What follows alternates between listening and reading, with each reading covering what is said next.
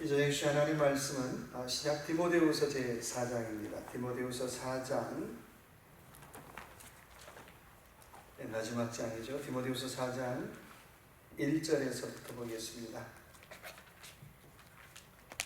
1절에서부터 8절까지 보고 또 나중에 또 우리 교도하도록 하겠습니다. 페이지가 346페이지입니다. 디모데후서 4장 1절에서 8절까지 우리 한 절씩 나누어서 교도하겠습니다. 하나님 앞과 살아있는 자와 죽은 자를 심판하실 그리스도 예수 앞에서 그가 나타나실 것과 그의 나라를 두고 엄히 명하노니 너는 말씀을 전파하라. 때를 얻든지 못 얻든지 항상 힘쓰라. 범사의 오래 참음과 가르침으로 경책하며 경계하며 권하라. 때가 이르리니 사람이 바른 교훈을 받지 아니하며 귀가 가려워서 자기의 사욕을 따를 스승을 많이 두고 또 그 길을 진리에서 돌이켜 허탄한 이야기를 따르리라. 그러나 너는 모든 일에 신중하여 고난을 받으며 전도자의 일을 하며 내 직무를 다하라. 전제와 같이 내가 벌써 부어지고 나의 떠날 시각이 가까웠도다. 나는 선한 싸움을 싸우고 나의 달려갈 길을 마치고 믿음을 지켰으니 이제 그로는 나를 위하여 의의 멸류관이 예비되었으므로 주 곧 의로우신 재판장이 그 나라에 내게 주실 것이며 내게만 아니라 주의 나타나심을 사모하는 모든 자에게 되리라. 아멘. 주신 말씀 가지고 사역자의 버킷리스트라는 말씀의 제목으로 주신 은혜 같이 나누기 원합니다. 아마도 2007년에 개봉된 영화 중에 버킷리스트라고 하는 영화가 있었습니다. 그 내용은 이런 내용이에요. 두 말기암 환자가 죽기 전에 내가 해보고 싶은 것들을 하나씩 적고 그 일을 하는 내용이었습니다. 어르신 두 분이 너무나 황당스럽게도 뭐 이런 거였어요. 스카이 다이빙을 해봐요. 또 머스탱을 한번 어떻게요? 운전도 해보고요. 그리고 만리장성에 가서 오토바이도 한번 타봐요. 굉장히 참 당황스러운 내용인데, 야, 내가 죽기 전에 이거 해봤으면 좋겠다라고 하는 그 버킷리스트를 하나씩 채워가는 내용의 영화입니다. 오늘 디모데후서 4장의 내용도 비슷한 거예요. 어찌 본다면 사역자가 꼭 해야 될 하고 싶은 버킷리스트라고 하는 거예요. 그런데 디모데후서 3장의 내용을 보면 종말이잖아요. 말세에 대해서 얘기하고 있어요. 특별히 마지막 때 말세를 살아가는 사역자, 또 말세를 준비하는 사역자에게 꼭 필요한 버킷리스트를 오늘 저와 여러분에게 소개하고 있습니다. 자, 첫 번째 버킷리스트가 뭘까요? 1절에 볼까요? 하나님 앞과 살아있는 자와 죽은 자를 심판하실 그리스도 예수 앞에서 그가 나타나실 것과 그의 나라를 두고 엄히 명하노니. 첫 번째 버킷리스트가 있다면 바로 심판을 기억하라고 하는 거예요. 내가 하나님 앞에 설 날이 있다라고 하는 것입니다. 신앙인의 정말 최고의 좋은 브레이크가 있다면 뭘까요? 지금 제일 무서운 게 뭐냐면 하나님도 안 무서워.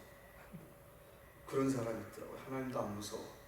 세상 무서운 거 하나도 없는 사람이. 근데 정말 속으로 무섭겠죠. 근데 신앙인의 정말 최고의 좋은 브레이크가 있다면 바로 내가 하나님 앞에 설 날이 있다는 거예요. 내가 하나님 앞에 설 날이 있고 하나님 앞에 나의 사역에 대해서 나의 신앙에 대해서 평가받을 날이 있다라고 하는 게 신앙에게는 참 두려움이죠. 헬라어로 코람데오죠. 하나님 앞에서. 우리가 뭘 하든지 간에 당신 하나님 앞에서 정말 떳떳한가요? 그 일 하나님 앞에서 정말 옳은 일인가요? 그 사역이 정말 하나님 앞에서 옳은 사역인가요? 라고 하는 질문에 자신 있게 예스 할 수 없다면 우리는 참 떳떳하지 못하죠. 그래서 첫 번째 버킷리스트는 코람데오. 내가 하나님 앞에 평가받을 날이 있구나. 내가 하나님 앞에 설 날이 있구나. 사람들이 박수 쳐주는 것 못지않게 중요한 것이 있다면 과연 하나님께서는 내가 한 일에 대해서 박수를 쳐주실까? 내가 한 사역에 대해서 박수를 쳐주실까? 그게 중요하잖아요. 만약에 내가 내 딴에 열심히 하고 하나님 내가 뭐 십자가를 지고 내가 주의 일에 충성했습니다. 근데 하나님 어떻게 고개를 아니야? 그러면 어떻게? 그걸로 땡인 거죠. 그렇잖아요. 그래서 과연 내가 지금 하는 일이 하나님이 내가 박수 쳐줄 만한 일인가? 하나님께서 정말 인정해 줄 만한 일인가? 그러기 위해서 필요한 것이 있다면 첫째는 우리는 항상 영적으로 깨어 있어야 한다는 거예요. 사람은 저를 보면 모든 사람이 그러잖아요. 내가 하나님의 일을 할 거야, 하나님의 영광을 위해 살 거야 하는데 순간순간 어떻게 해요? 그거 잊어버리면 내 욕심 챙기기 바빠요. 내 욕심으로 가요. 마음은 그렇지 않았는데, 첫 출발은 그렇지 않았는데 나중에 보니까 내 욕심만 잔뜩 챙기고 앉아 있어요. 그래서 첫째는 영적으로 깨어 있어야 되고요. 두 번째는 평가는 주님 앞에 맡기고 살라는 거예요. 그리고 나는 최선을 다할 거예요. 내가 이게 좋은 일이, 이게 하나님 보시기에 좋은 평가인지 나쁜 평가인지 잘 모르겠어요. 네, 그렇다면 일단 어떻게 해요? 평가는 하나님 앞에 맡기고 최선을 다하라고 하는 것입니다. 그거밖에 없잖아요. 그러면 그 일하면서 자신감도 있고요. 그 일하면서 용기도 있을 거예요. 오늘 말씀 보니까 이렇게 말씀하고 있어요. 2절에 보니까 너는 말씀을 전파하라. 때를 얻든지 못 얻든지 항상 힘쓰라 라고 말씀하고 있어요. 무슨 얘기입니까? 쉬운 번에 보니까 너는 멈추지 말라라고 말씀하고 있어요. 그러니까 저와 여러분이 해야 될 일이 있다면 멈추지 말라는 거예요. 교회가 어떤데요? 사람이 어떤데요? 환경이 어떤데요? 이거 다 누구나 다 할 수 있는 얘기. 또 지금까지도 어떻게 해요? 수없이 지금까지도 반복되었고요. 아마 제가 예언을 하는데 앞으로도 똑같은 얘기 반복할 거예요. 사람이 안 됩니다. 뭐 문제입니다. 환경이 문제입니다. 똑같이 반복해요. 그거 할 수도 있는데 중요한 건 어떻게 해요? 내가 하나님께서 나에게 준 일을 멈추지 말라는 거예요. 내가 해야 될 일이 있다라고 하는 거예요.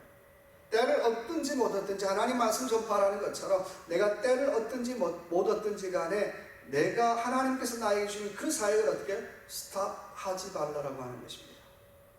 정말 하나님이 주신 사역이라면 좀 힘들어도 좀 인정 안 해줘도 좀 가끔 섭섭이가 들어와도 어떻게 해야지요.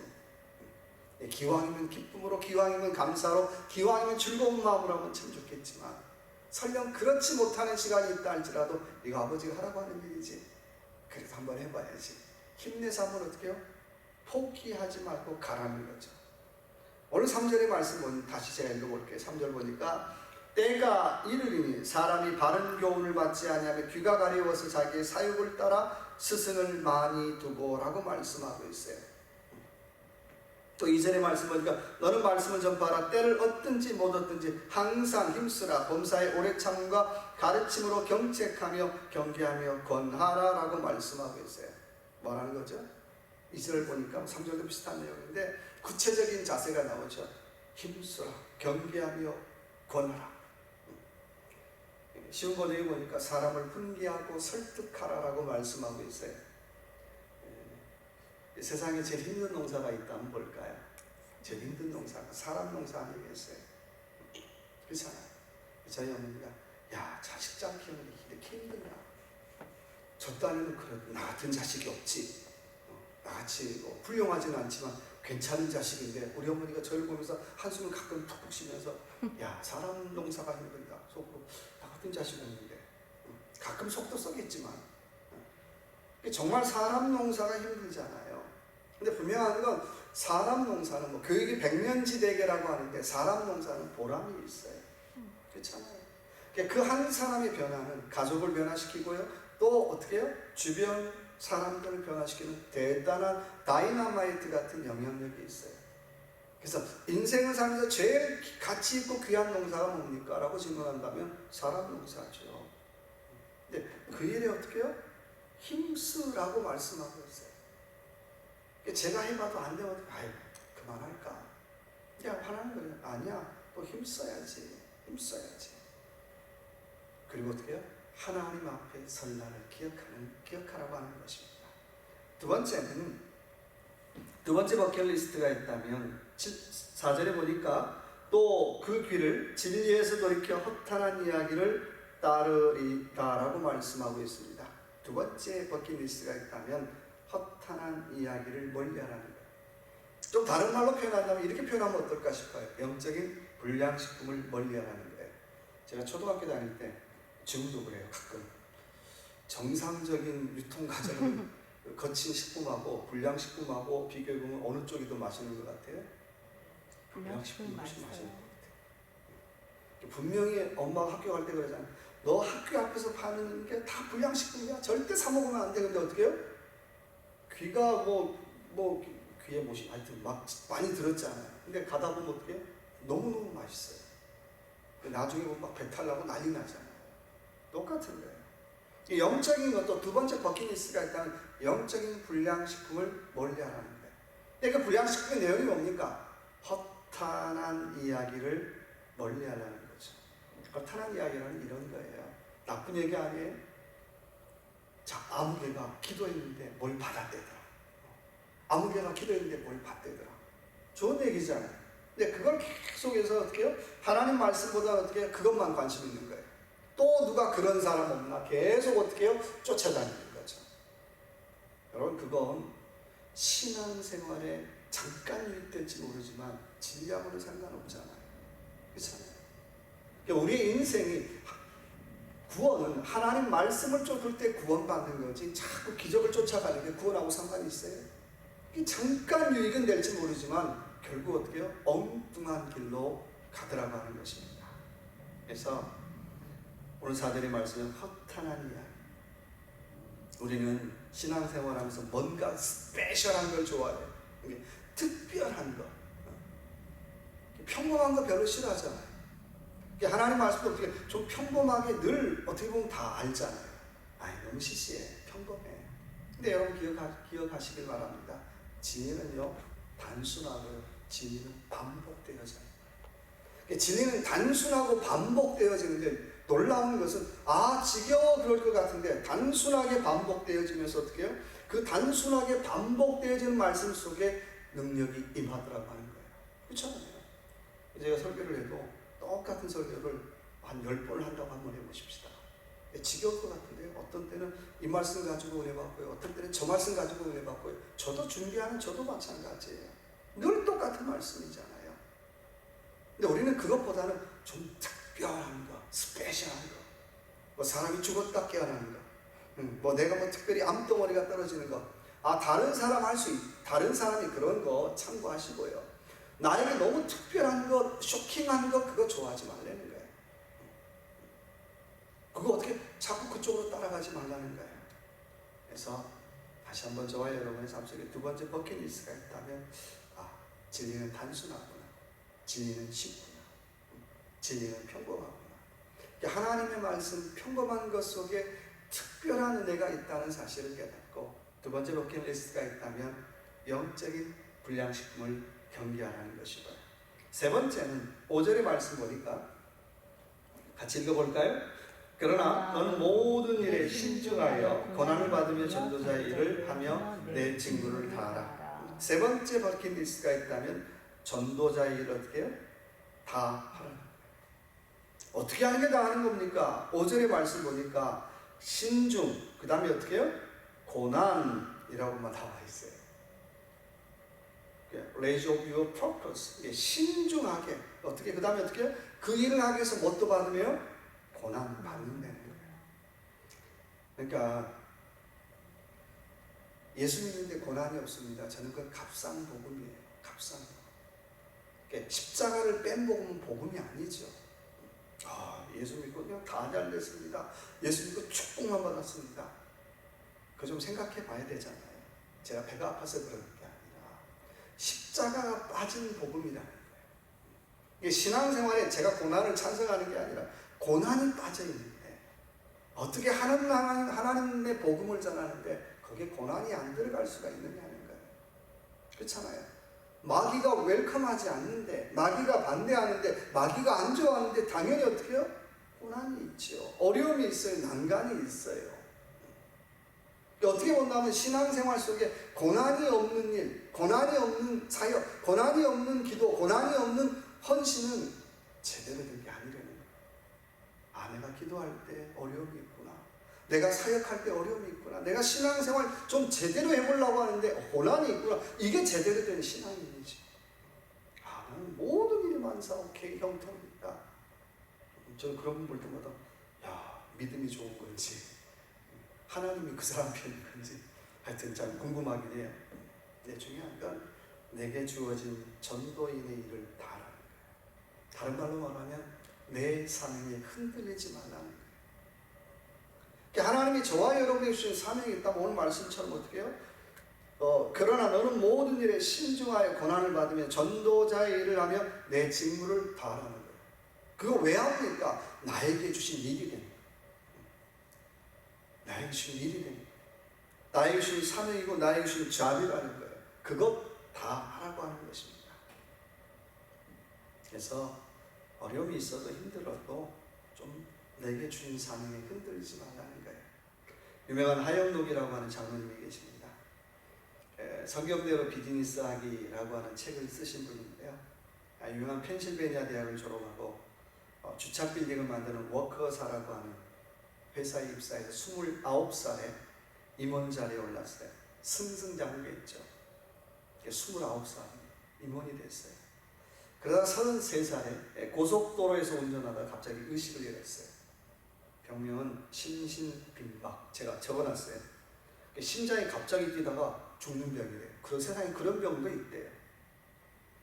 그러니까 그 임원 자리에서 다 내려놓고요. 졸지에 그냥 병원 신자가 됐어요. 2년 동안 아무것도 못하고 아무것도 할 수 없으니까 그냥 하나님 말씀 믿고 기도했어요.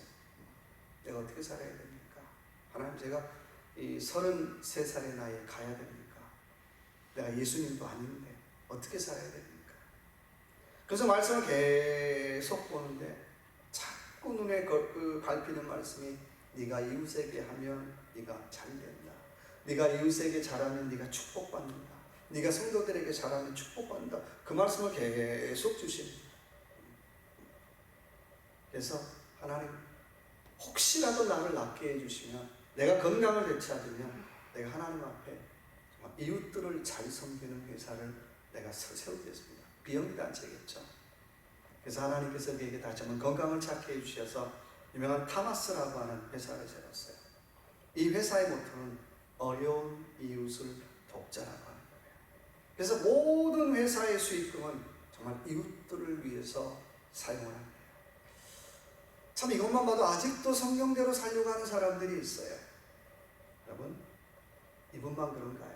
오늘 저와 여러분에게 주신 전도자의 일, 저와 여러분에게 주신 사명, 그 사명 끝까지 지키며 감당할 수 있는 저와 여러분 되시기 바랍니다. 네 번째는 7절 볼까요? 나는 선한 싸움을 싸우고 나의 달려갈 길을 마치고 믿음을 지켰으니. 누가 이런 고백할 수 있을까요? 저는 이 세 가지 중에 하나도 할 자신이 없어요. 나는 선한 싸움을 싸운 적도 없고요, 달려갈 길을 마친 적도 없고 믿음을 지킨 적도 별로 없는 것 같아요. 이렇게 얘기하면 좋을 것 같아요. 한 선한 싸움을 한 10%를 했고요, 달려갈 길은 한 10% 정도 했던 것 같고요, 믿음은 한 10% 정도 시켰습니다. 그러면 해볼 수 있을 것 같아요. 근데 바울은 떳떳하게 나는 선한 싸움 다 싸웠습니다. 나의 달려갈 길 다 마쳤습니다. 나는 믿음을 지켰습니다. 라고 어떻게 해요? 당당하게 얘기하더라는 거예요. 그리고 뭐라고 얘기합니까? 이제 후로는 나를 위하여 의의 면류관이 예비되었으므로 곧 주의 의로우신 재판장이 그날에 내게 주실 것이며 내게뿐 아니라 주의 나타나심을 사모하는 모든 자에게 또 자에게 보니라 라고 말씀하고 있어요.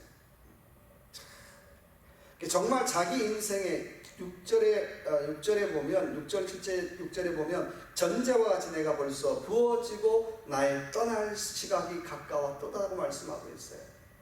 전제라는 게 뭐예요? 제사할 때 드리는 제물처럼 나 이제 어떻게 하나님 앞에 내 마지막 제물이 되어서 하나님 앞에 설 날이 가까웠다는 거예요. 나 순교의 제물이 될 날이 가까웠다는 거예요.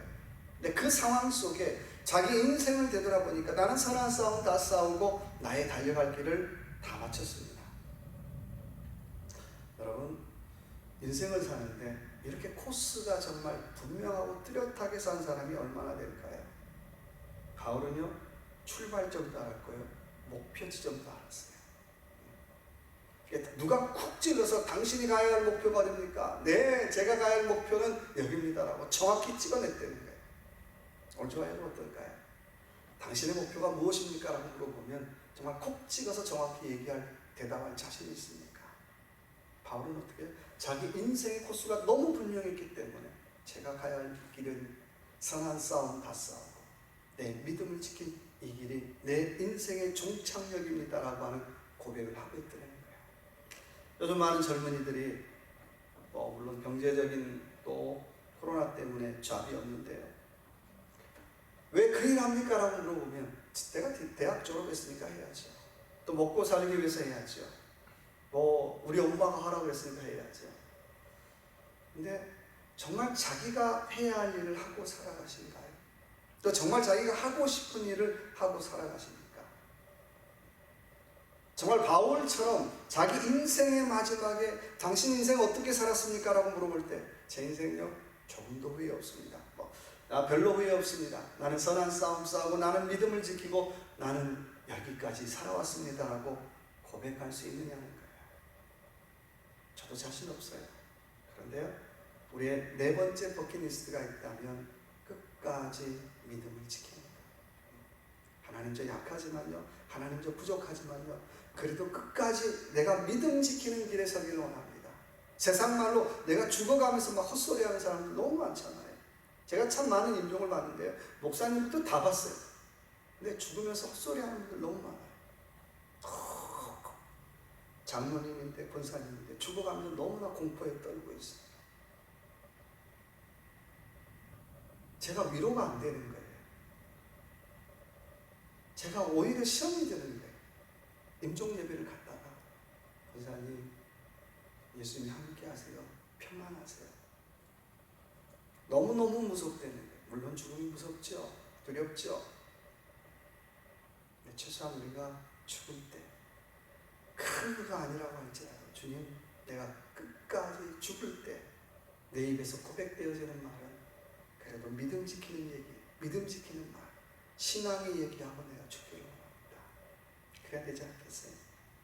마지막 다섯 번째 버킷리스트가 있다면 10절에 볼까요? 자, 같이 읽어볼까요? 대만은 이 세상을 사랑하여 나를 버리고 데살로니가로 갔고 그레스게는 갈라디아로, 디도는 달마디아로 갔고 누가만 나와 함께 있느니라. 내가 올 때에 마가를 데리고 오라. 그가 나의 일에 유익하니라.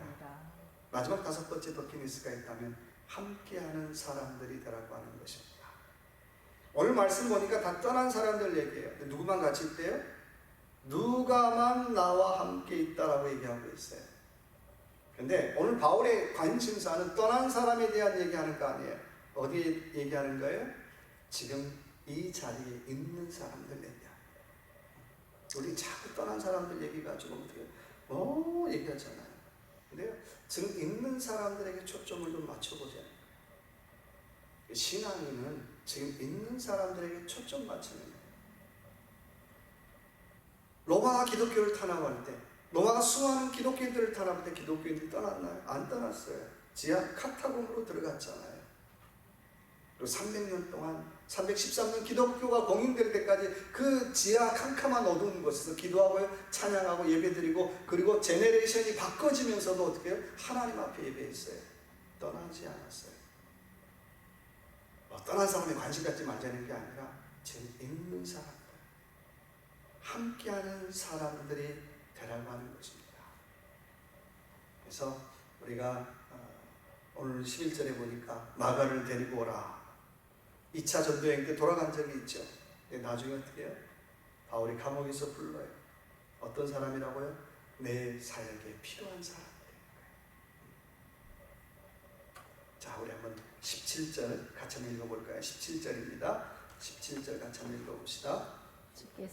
주께서 나에게 힘을 주심은 나로 말미암아 선포된 말씀이 온전히 전파되어 모든 이방인들이 듣게 하려 하심이라. 내가 사자의 입에서 건짐을 받았느니라. 주께서 나를 모든 악한 일에서 건져내시고 또 그의 천국에 들어가도록 구원하시리니 그에게 영광이 세세무궁토록 있을지어다. 아멘.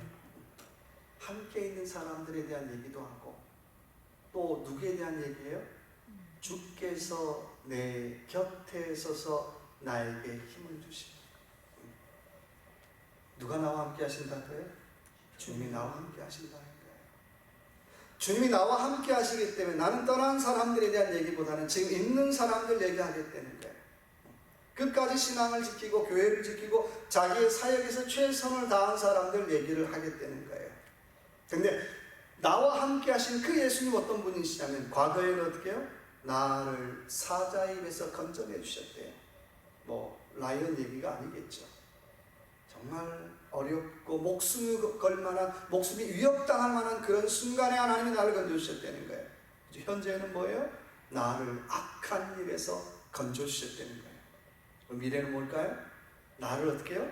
천국에 들어가도록 해 주시겠다라고 약속하고 계십니다. 사랑하는 성도 여러분, 인생은 마라톤이에요. 지금 잠깐 잘 뛴다고요? 나 저 사람보다 뒤쳐졌나 봐. 아니죠. 41.19km예요. 꼬린 해봐야 알아요. 꼬인 지점에 가봐야 돼요. 잠깐 이 사람이 나보다 먼저 갈 수 있고요. 내가 이 사람보다 잠깐 뒤쳐질 수도 있어요. 물론 1등하는 게 중요한 건 아니지만 어떻게 해요? 상 받는 경기 해야 되잖아요. 상 받는 경기. 우리의 신앙생활도 마찬가지예요. 내가 상 받는 경기는 다른 게 아니라 내가 무엇을 하든지 간에 정말 하나님이 이 일에 박수 쳐줄까? 이 기도에 박수 쳐줄까? 이 헌신에 박수 쳐줄까? 그 일 해보려는 거예요. 그래서 하나님, 이 일에 하나님께서 박수 쳐주신다면 나 기꺼이 할게요. 사람들이 인정해주지 않고 알아주지 않아도, 가끔은 섭섭이가 들어와도 저 할게요. 근데 하나님이 박수 안 쳐주는 일이라면 제가 하나님 스탑할게요. 그거 아니겠어요? 하루하루를 그런 마음으로 우리가 신앙생활 한다면 우리의 영적인 42.19km는 아마도 어떻게 해요? 몇 등인지가 중요한 거 아니죠. 하나님께서 저와 여러분의 인생을 향하여 큰 상을 준비하고 계실 줄로 믿습니다. 그래서 원하게는 저와 여러분의 삶, 이 남은 한 주간도 하나님 앞에 상급을 받는, 또 상을 받는 그런 저와 여러분의 삶이 되시길 주님의 이름으로 축원합니다. 같이 한번 기도하십시다. 하나님, 내가 하나님 박수 쳐줄 만한 일을 하길 원합니다. 하나님 앞에 상 받을 만한 일을 하길 원합니다. 교회와 가정에서, 직장에서 정말 하나님 인정해주고 박수 칠 만한 그런 일을 하기를 원합니다라고 이 시간 한번 주여 한번 외치고 같이 한번 통성으로 같이 한번 기도하겠습니다.